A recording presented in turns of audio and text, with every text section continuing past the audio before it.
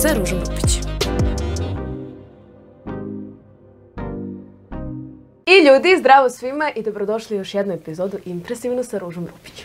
Za danas imamo kao gosta ženu koja je po društvenim mrežama postala potpuni hit u proteklih godinu dana. Pritom je ozbiljan novinar, voditelj i jedna jedina Jovana Jeremić. Dobrodošla! Bolje vas našla, zdravo Ružo. Uvek volim da te vidim i da popričamo. Takođe. Prošli put jako tebe, sad ti malo kod mene. Jeste, ali ovo se slažem sa tobom, društvene mreže su me onako baš proslavile. Vidi, u poslednjih godinu dana ja ne znam da li postoji neko ko je bio više... Šarovaniji. Ne postoji. I moje nove kovanice poput seljačizma. Da ćemo sad da krenu. Pre nego što počnemo sa samim intervjuom, želim da se zahvalim Pavlu, koji inače, mogu da kažem? Kaži. I o informaciju da treba da ti radi pesmu. Jeste, nešto je bilo na početku moje karijere, ja mnogo volim da pevam, mada me je teško slušati, ali Pavle je zaista želeo da napravi pesmu za mene i to nije uspelo, ali nikad se ne zna da ti kažem. Pazi, kad bi Karleuša htela da uradimo neku priču, ja bi pristala sa njom da uradim. Bih. Dobro, vas dve biste se baš poklopile energiju. Pristala bih, a mislim da bi ta pesma razbila sa mnom i sa Jelenom. Ne moram da pevam. Dovoljno je samo da odrecitujem nešto u svom fazonu, ali onako, znaš, besedničkom i da igram. I to bi razvalilo. To je nešto kao ono, ja se zovem Jovana, tata me zove Zlato, ali mi da smislimo Jelena neku bolju foru. Top. Pa da. Top. A imamo pre nego što počnemo jedan poklon za tebe od naših sponzora. U pitanju je VIP, pošto mi u studiju ne pušimo nego vipujemo. Ne znam da li si pušač. Ne. Ali to ti je elektronska cigareta, može da bude nargila ako imaš te beznikotinske vipode, tako da probaj pa ako budeš nekad želela u kafani uz neko piće, probaj. Znaš šta, hoću da probam, ja nisam pušač, ali ponekad volim da zapalim uz belo vino. Eto, iskreno, ponekad. To ti je to. Tako da, odlično. Hoćemo mi polako da krećemo sa ovom pričom. Hoćemo. Opet si u jeku na društvenim mrežama zbog onog intervjua sa Toksikom. Šta se tu desilo? Kako opet trending gori? Pa znaš šta, desila se spontanost. Ja sam najbolja kad sam spontana. Ja sam davala intervju i jedan mladić je sa BMW-om, ja stvarno ne znam ko je taj čovek i nije ni važno u ostalom. Jedan nekulturan tinejdžer je proleteo BMW-om 200 na sat na šetalištu. Prvo mogao je da povredi neko dete koje je moglo da mu istrči. Drugo, meni je smetao dok sam davala intervju. Ja sam reagovala kao svaka normalna devojka, gde sam rekla da je to jedan potpuni seljačizam. Dakle, u potpunosti nije bilo adekvatno njegovo ponašanje i to ne da me iznervirao, nego me totalno izcipela koliko sam se iznervirala. Jer ja ne volim taj lažan sistem vrednosti.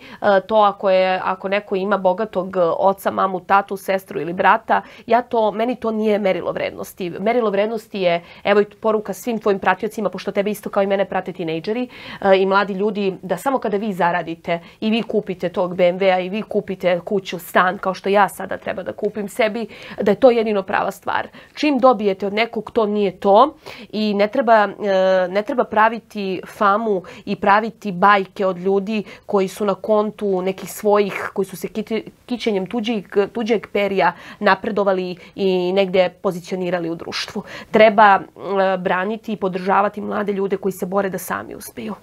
A s obzirom da je sad to na društvenim mrežama totalni hit, ti si poprilično popularna na društvenim mrežama. Jel se to negde odrazilo tvoju karijeru u smislu novina? Jeste. Skočio mi jutarnji program, nenormalno sam gledana. Znači prvi jutarnji program u Srbiji po gledanosti je moje jutro sada. Ajde, se plaše sagovornici? Jest, plaše me se.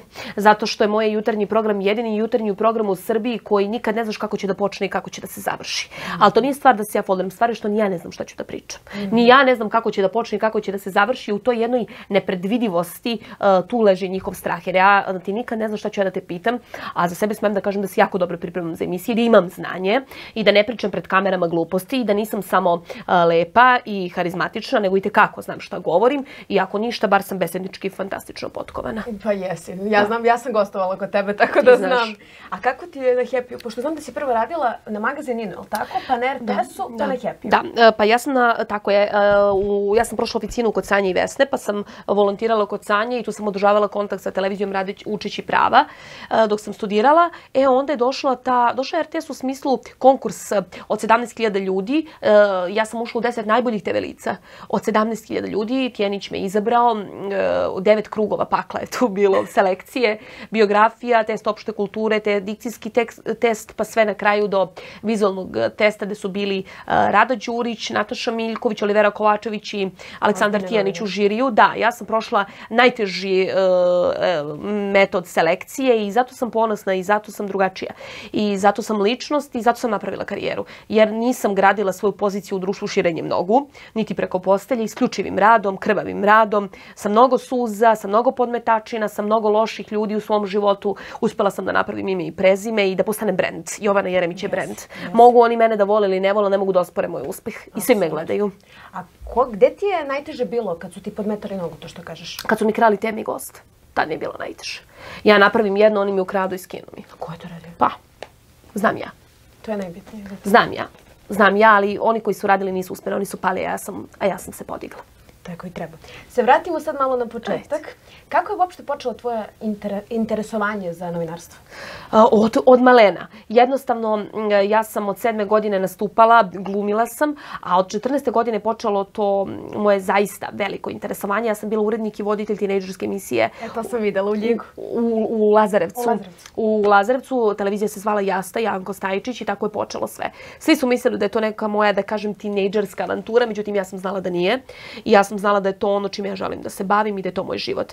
Jer meni ima Mars u blizancima i volim astrologiju dosta i zaista kogod ima Mars u blizancima mora završiti na televiziji na neki način ili u novinama.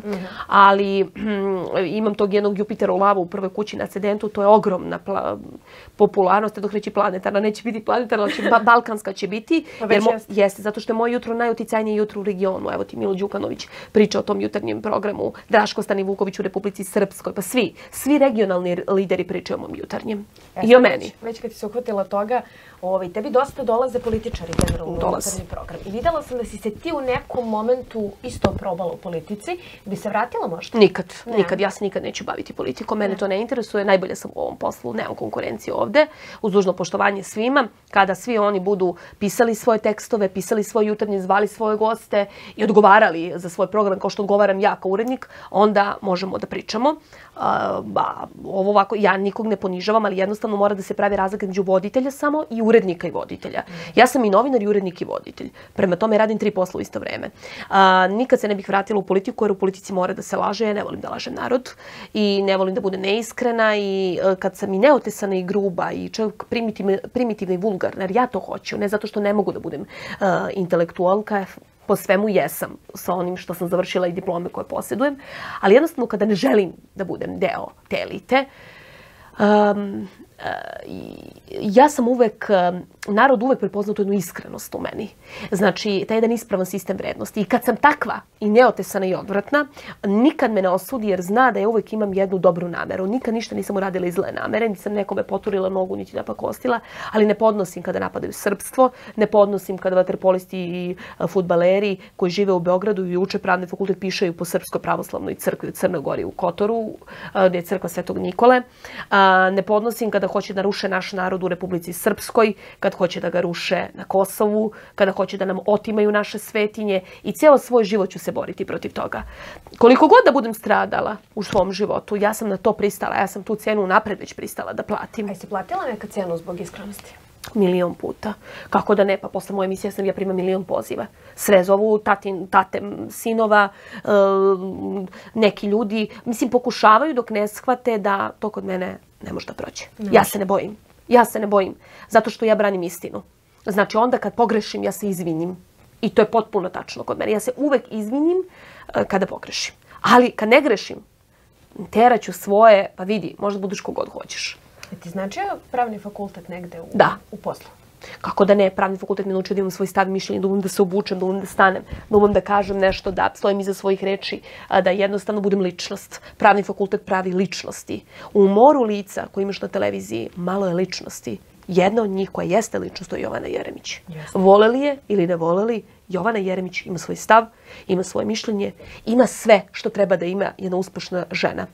Diplome Državnog fakulteta Univerziteta u Beogradu s najvišim prosekom, i to ih boli, i opet ću da kažem da ih imam, jer kad i oni budu imali, izaći će i reći će ovo kod tebe. A pošto nemaju, pljuju mene što ja to ističem. Da, ističem.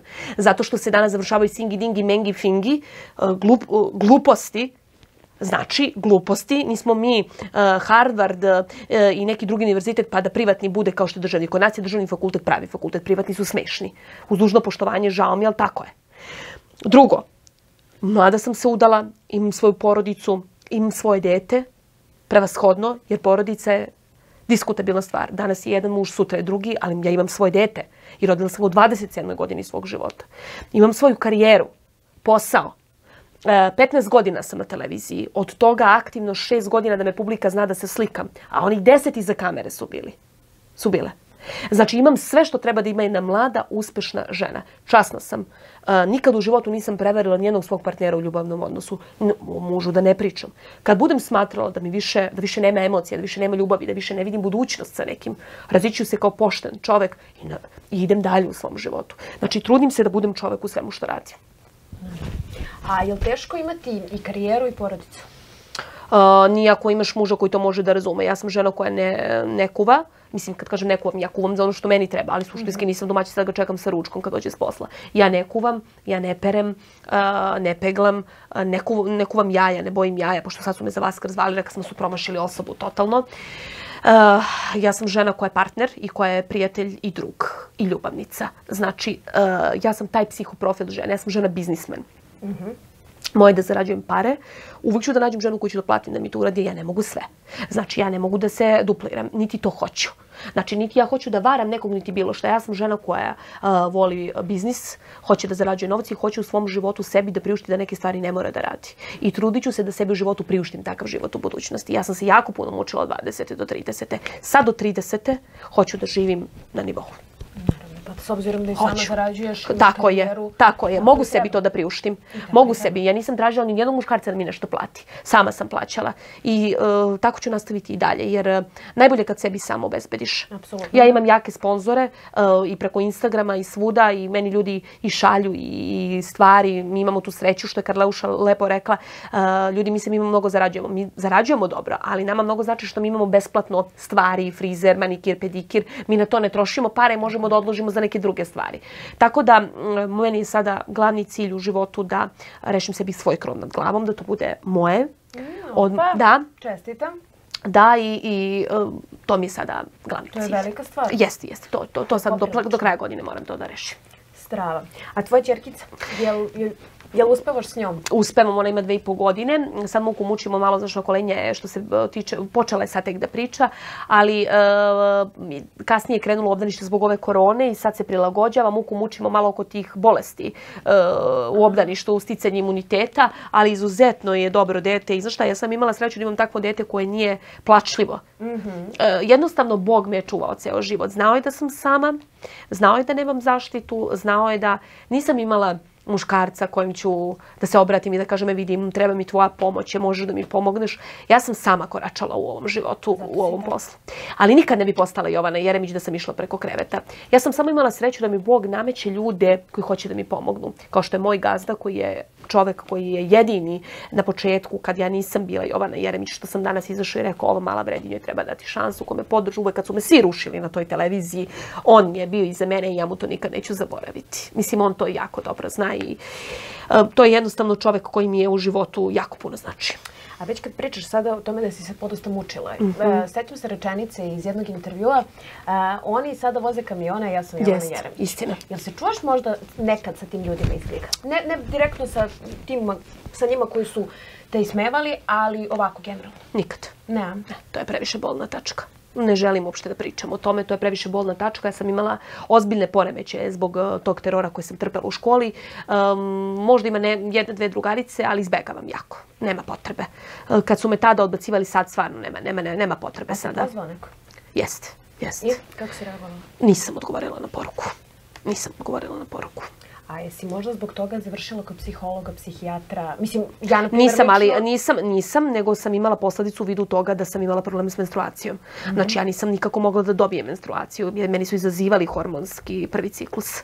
I muku sam učila 10 godina dok nisam sredila svoj hormonski status. Zato sam ja i kuburila na fakultetu sa kilogramima. Znaš, ona sa besedništvo što su šerovali, niko ne može da prepozna Jovanu. Ja sam tad imala 8 kila više nego sada, zato što sam ja tad pila tablete, ali ja to neću da pričam njima, jer oni to ne mogu da razumeju. Sad mogu da kažem tebi i tvojim ljudima koji gledaju tvoj kanal, zato što oni razumeju ovo. A neću da pričam dušmanima koji to neće da shvate, koji će da likuju, razumeš? Ja sam tad imala ozbiljne zdravstvene probleme. I meni je tad lekar rekao da ću ja se stabilizovati hormonski kad budem rodila dete. I to se stvarno tako dogodilo.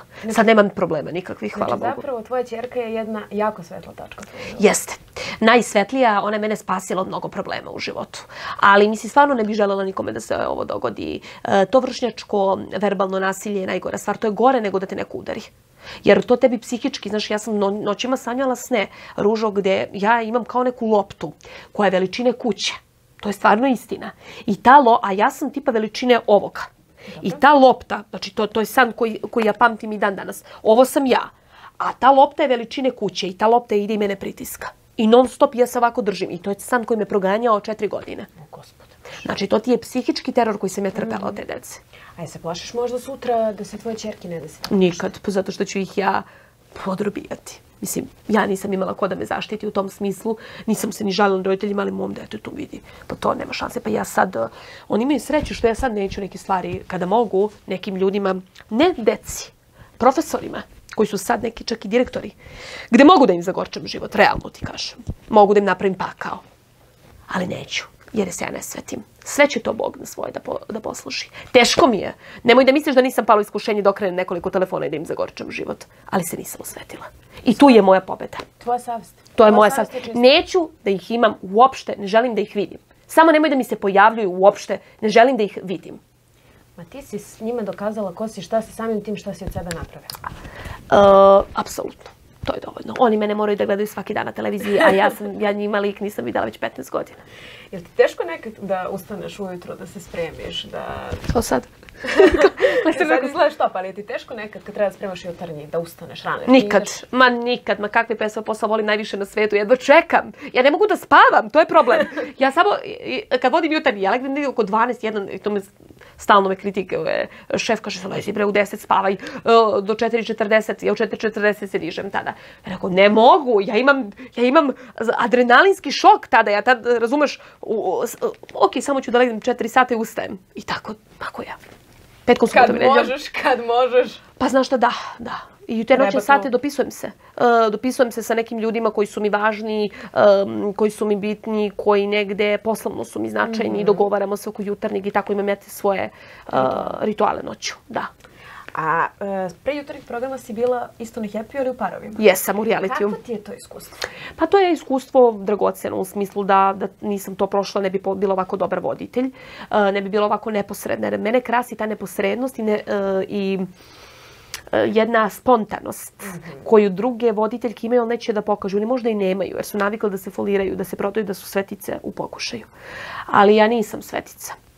Ja sam samo jedna normalna žena koja zna što hoće u svom životu i trudi se da živim časno. Koliko toliko. A svetica nisam uopšte, ja sam đavo. Sa belom dušom. Ali to je jedno veliko iskustvo i ništa tu ne bih dirala. Opet da sve moram da vratim, išla bih tim stepenicama jer su bile časne. Jer nisu bile bazirane na suzama neke druge voditeljke, jer nisu bile bazirane na širenje nogu, nisu bile podržane od strane nekih prljavih ruku i nemoralnih muškaraca sa još više životinjskim porivom. Ja sam svojom stazom koračala, trnovitom stazom koračala ponosno. I uvek sam držala glavu gore. I kad sam sedela s kurvama i probisvetima, i sa ludacima, i sa psihički poremećenim osobama, i kad sam doživljavala da mi dođu velika imena i da mi kažu pa ti to fantastično radiš, ti to najbolje radiš od svih, tebi je tu mesto. Meni, fakultetski obrazovano, najbolji studentkinji pravnog fakulteta, da bude tu mesto. A prostitutkama da vode informativne programe. Ja sam sve to proživjela. Ne kažem u pravom smislu tim prostitutkama, nego lakim ženama. Pošto sad non stop pominješ to širenje nogu i ostalo da nisi, jesi imala nekad neku nepristojnu ponudu od... Milion puta sve sam odbila. A koleginice tvoje? Pa to već ne znam. Ne želim njih da komentarišem. Jednom sam se opekla, komentarisala sam, baš su se pronašle, neke od njih su već nestale sa ove scene. Pogodile su ih moje reči. Znaš šta, ja ubodem baš u metu. I drugo, napravim haos. Mene isprenose svi živi mediji i tu baš bude haos. Tebe svi prenose, ja gledam... Pa zato što ja kažem istinu. Ja sad treba tebi da se foliram ovde. Mi ovdje pričamo ja sad tebi treba da se foliram ovde kako nisam imala ponude, kako ovo, kako ono. Ma vidi, o novinarstvu su intervjue u poslednjih 10 godina davale žene koje nijedan novinski tekst nisu napisale. Ja sam se krstila. I što je najjače, izađu neki političari podržavaju takve. Evo, takve više ne postoje, takve više nisu na javnoj sceni. Ali čekaj druže, 10 godina si podržavao takvu ribu. 10 godina si neznalicu podržavao koja je glumila tu neku informativnu voditeljku. O čemu mi pričamo, Kakva informativna voditeljka, Znaš ti koju ti školu moraš da imaš da staneš i da kažeš da si informativni novinar. Pa ja ne smem sad za sebe to da kažem. Sa ovim svim što jesam. Marić može da kaže za sebe da je brand, da je informativni novinar. Olivera Kovačević može da kaže za sebe. Adanja Pola koja pravi najbolje emisije. Koja si ti da izađeš znaš samo za jednu stvar, nisi u studiju koliko razmišljaš o seksu i o noći koja je protekla i ti ćeš da pričaš o politici, ne znaš Kosovo da pokažeš na karti, da te pitam. Mi smo živjeli u vremenu gde su takve žene vodile jutarnje programe. Dosta. I šta se dogodilo? Ja izašla i rekla to. I njih više nema. I u redu. Pa ja mislim da su same povukle. Bolje same nego ti da ih gaziš, je li tako? Pa ja ne bih gazila nikog. Ja gledam svoja posla, ali sigurno ne bih dozvolila da one mene gaze. Jer kvalitet mora da dođe na pijedestal. Ne može nekvalitet, ne može nešto što nije kvalitetno da vlada. Da ti kažem, pobednici vladaju, a gubitnici se svete. To je to. Pošto sad kako pričaš, tačno vidim tu tvoju škorpicu. Jel veraš u horoskop? Da. Ti si škorpija? Škorpija lav sa mesecom u jarcu, karijeristkinja, ali karijeristkinja korak po korak, stepenik po stepenik. I to je, da kažem, moja parola u životu s Jupiterom u lavu u prvoj kući na ascendentu. Srećko Srećković kažu, baciš je među vukove, ona se vrati kao vođa čopora. To sam ja i jedna ogromna istinska ljubav kod naroda i popularnost. Ta Jupiter u lavu na ascendentu dovodi u prvoj kući, donosi čoveku ogromnu popularnost. Ali onu pravu masu, narod. Jer mene ne vole kvazi intelektualci, mene elita ne voli. Pa kako da me voli kad kažem ove stvari? Mislim, ovo ne priča elita. Elita se folira. Drugo, ja što više u životu para budem imala, sve ću to više kriti. Jer ja ne volim to da pokazujem. To je za mene, ne mogu sebi da mom detetu bezbedno da dobro živimo. A ova elita voli da pokazuje te simbole moći. I tu nastaje problem s tim moći muškarcima, do njih ćemo da stignemo. Koji me muvaju, koji me zovu i tako dalje. Jer oni ne shvataju jednu veliku stvar. Ja volim novac, ali volim svoj. I hoću ja da imam para. To što ima on, meni to ništa ne znači. Ja neću da mi on daje milostinju. A drugo, može neko da ima puno para. I to je osnov. Odmah da ti kažem da bi mogao da konkuriše da bude u priči sa mnom kao partner. Ja volim moćne muškarce, ali, znaš da je kvak. Ne možeš samo da imaš pare da bi mi se svideo. Moraš da imaš čisto srce. I tu u tom grmu leži zec. 90% njih koji imaju pare nemaju čisto srce. I šta se događa? Korpa kod Jovane Jeremić. I onda nema ljutnje, je li tako? Tako je. Znači moraš da budeš dobar čovek. To je kvalitet. Pored para. A ne samo da imaš pune džepove, a kako si zaradio, ajde da te pitam, na tuđim suzama. Pa to nisu dobre pare. Pa to nisu dobre pare. To je poruka i za tvoje gledaoce. Znači moraju da prave klasifikaciju. I to je, da kažem, negde najvažnije meni u životu. Da muškarac bude uspešan u svom poslu, situiran, finansijski. To je jako važno za svaku ženu, nemojte da se folirate. Uopšte ja znam zašto i to govorim. Znači mora muškarac da bude finansijski situiran. I što je najvažnije, mora da ima čisto srce i ispravne namere. Ja čim vidim da mi neko prilazi da mu budem trofej i recka, ja takvog bežim kao đavo od krsta. A jesi ti u svom životu pronašla takvog muškarca po tvojim standardima? Pa da ti kažem, ima ih. Ima ih. Ja sam trenutno udata i imam i dete sa svojim mužem, tako da bi bilo neumesno da ja govorim o tome, ali ću ti odgovoriti da ima takvih. I koji imaju moći, koji imaju pare, koji imaju čisto srce. Pošto se približavamo kraju, koju pesmu naručuješ u kafani, pošto voliš da pevaš? Imala je dušu, znala je da voli. Ja živim život bez života, kako da prebolim. To je moja pesma. A neka pesmu bi mogli da očekujemo. Sad sam saznala, sad sam se uhvatila za to. Pa znaš šta, ja bih voljela, evo, znači moj javni poziv, ja bih voljela sa Karleušom da napravim neku priču. To je moja želja. Ili Karleuša, Marija Šerifović i Aca Lukas. Kad smo kod Karleuša, snimak koji je napravio haos na društvenim mrežama, La Bomba. Pa da, to je ludilo. Pa znaš šta, mi imamo tu energiju. Znaš, Jelena je lavica, ja sam Škorpija lavica. Ja sam inače lavica. I ti, pa ja obožavam lavice, mi lavice. Znaš šta, kad znam da je neko lavica, bilo da je znak poznak, bilo da ima tu Veneru ili bilo šta u lavu, to su ljudi koji idu srcem. Skoro sam bila kod duhovnika Mileta, to je moj duhovnik, koji me uvek vrati, jer ja sam jako emotivna žena, to niko ne bi rekao, ali ja idem srcem, ja sam vrlo emotivna. I zašto muškarci padaju na mene? Ti ćeš da vidiš mnogo žena koje su izgodnije od mene, koje su više, koje su privlačnije u svakom smislu, na oko. Ali zašto će muškarac uvek da okrene moj broj i da nastavi sa mnom priču? To je zato što ja imam jedan faktor X. To je ta harizma i inteligencija koju ja posjedujem. I to njih privlači, to njih loži. Jer dođe ti kao Jovan Jeremić ti je simbol za moć. Ko je u komunikaciji s Jovanom Jeremić? On je moćan muškarac. To se tako nameće dođem ti kao statusni simbol. Ja. A počela sam tu priču, samo me podsjeti zbog čega? Zbog mog duhovnika. On mi je dao mnogo savjeta i rekao mi ovako. Kada god ne znaš šta da radiš, u emotivnom smislu, jer ja sam samo emotivno ranjiva. Znači, mene ubito. Ja sam kao srna. Ti ko da imaš mesec u raku, a ne mesec u jarcu. Ne, to je najhladniji mesec. Sad ću ti kažem zbog čega. Ali mesec u jarcu jeste hladan, ali kad zavoli nekog, on ga voli do kraja. On je neosvojiv. Ti ne možeš da priđeš nekome koji ima mesec u jarcu. Zašto ja ne padam na muškarce? Meni se svidi 1 u 100. Jer mesec u jarcu stravično bira i onda se veže za tog jednog. On je emotivno hladan, pa zato i trče muškarci. Sam ja hladna za sve druge, samo zato ko mi se sviđa. Ja sam led žena. Ja ne vidim muškarca u prostoriji kad sam zaljubljena u jednog. I zato i ne varam. Ja ne umem da varam. I meni bi se to vidjelo odmah na čelu. Rekao mi ovako. Nebitno, kad god sam u nekim emotivnim dilemama, on kaže ovako, Jovana, ti si sada u emotivnom blatu. To mi uvijek tako kaže kad ja poludim. I kaže, molim te, uradi sljedeće. Isključi svoju inteligenciju. Jer zapamti, inteligencija nekad zna da bude veliki protivnik čoveku. Jer ona te tera da maštaš, da razvijaš iluzije i predstavu muškarcu, onda se razočaraš ako on tako ne postupi. To se meni redovno dešavalo.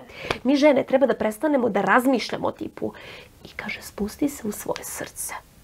Tu leži odgovor. Šta je u srcu? To je odgovor, to je istina i to treba da poslušate. Ne šta je ovdje, iako nas stalno uči idi razumom, ne, srce zna pravi put. Ali ljudi nekad brkaju razum i srce. Znači, moraš duboko da siđeš u svoje srce da bi ti to, da bi srcem dobro vidjela, jer to je jedino što je ispravno, jedino što je pravo. I zato muškarci vole, kažu, fatalna žena za nekog, za Natašu Bekvalac, za Jovanu Jeremić. Pa nije. Ne znam, za Brigitte Bardot, Marilyn Monroe. Ne, pa nisu to fatalne žene. Monika Bellucci. One su samo žene koje imaju da vole. One vole muškarca. One daju celu sebe. Ali šta je važno? Isto. Kada date nekome celu sebe, ne sme ni jedna žena da pristane na mrvice u ljubavi. Nikada žena sebi ne sme da dozvoli da bude na čekanju. Znači da čeka poruke nekog muškarca, da moli za milostinju i da je on daje ljubav na kašičicu dok je ona njemu dala celo srce. Nikada, žene, nemojte da jurite i da volite muškarce koji vas kažnjavaju zato što ih volite. To nisu normalne relacije, to je bolestan odnos. Ali to su krive žene. Pa meni se to desilo između ostalog nekoliko puta. Ja sam rekla, ej, Jovana Jeremić to sebi da dopusti, to nikad. Neću nikad prva da pustim poruku, nema razloga, uvijek ću da budem čovjek da ti odgovorim i pustit ću ti uvijek kad si okej. Ali da ja tebe jurim, pa vidi druže, da si Kennedy ne bi to radila, nikad. Jer ako si Kennedy, ti ćeš, ako ti se ja sviđam i ako me istinski percipiraš, da mi priđeš kao čoveku. A ja ću kao čovjek da budem onda prema tebi. Ali ako ti igraš igrice, ti mi takav nisi mi potreban. Apsolutno. Ja ne podnosim muškarce koji igraju igrice, a sve ih je više. Jeste. Ali samo takvo otkačinjati. Totalno. Znači, ignor totalni.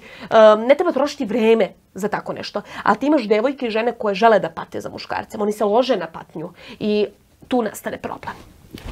Draga, hvala ti puno što si danas bila gost. Meni je mnogo drago da smo se ispričale i da negde moja publika čula neke stvari. I molim te, samo još ovo želim da kažem. Isto poruka za žene, da u životu legnu, da spavaju, dakle da vode ljubav samo sa muškarcima koji u njih gledaju kao ikonu. Nemojte da spavate sa onima koji u vama gledaju ribu. Jer to su muškarci koji udaraju recke. Volite muškarce i uvek vodite ljubav i legnite sa onim muškarcem koji u vas gleda kao ikonu, kojima ste vi vrijednost, koji svaki deo vašeg tijela doživljavaju kao vrijednost. Jer tada žena eliminiše sebe od patnje. Biće teško da se nađe takav čovjek. Dugo će žena biti sama. Ali bolje je da budete kvalitetno sami nego da u tom periodu imate 4 muškarca koji vas seksualno iskoriste i ostave na cedilu. Jer tada žena gubi tlo pod nogama. A dok se sami jezici, prijatelji, kultura, knjige, izlasci. Izađite vi sa svima, izađite vi sa tim majmunima i dilema. Nemojte da im dajete onu stvar, pa ne budete kokoške. Samo žena treba da spava sa muškarcem koji je iskreno poštuje, koji gleda kao ikonu. Mora da mu bude centar sveta. Čim ružo nisi nekom centar sveta, nisi mu važna. I to je problem što žene sebi neće da priznaju, nego se zadovoljavaju da nekome budu ljubavnice, da imaju mrvice. Ali kad kažem ljubavnice, one na čekanju. Može neko da bude ljubavnica, da bude centar sveta tom muškarcu, to je druga priča. Nije sramota i to kad se ženi dogodi. Živi ljudi, svakome se jednom dogodilo da je bila ljubavnica. Ali ako si ljubavnica, moraš da mu budeš centar sveta. Tako je. Mada to ne podržavam. Ni ja. Ja ne podržavam to, ja volim čiste relacije. Planovi za dalje. Imamo neki projekat, jel očekujemo nešto novo? Samo jutro. Da mi jutro bude ovako gledano i da ja budem što srećnija i zadovoljnija. Plan je, ono što sam ti rekla, moram da rešim stambeno pitanje. To mi je plan jedino.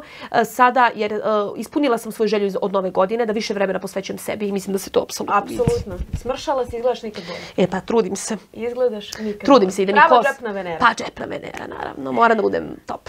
Hvala ti puno što si bila. Hvala te. Nadam se da ti je bilo lepo i nadam se da sam dorasla zadatku. Znači, imala sam veliku tremu. Što? Ma ne bi opuštena bila. Zato što si jedan od naših najboljih novinara, Hvala tako da ti. onako poprilično sam bila kao dobro. Jesam, bila si vrh. Bila si vrh i ja sam bila iskrena i stvarno ovo sve što sam rekla je istina. Kome god se svidjelo ili ne, ja znam da će mnogi da polude posle ovog intervjua, ali to je tako. Jednostavno, ovo je istina. Hvala ti puno još jednom. A mi se vidimo sljedeće nedelje u isto vreme na istom mestu. Sve informacije oko VIP uređaja će naravno biti dole u opisu videa. A mi se vidimo. Ćao!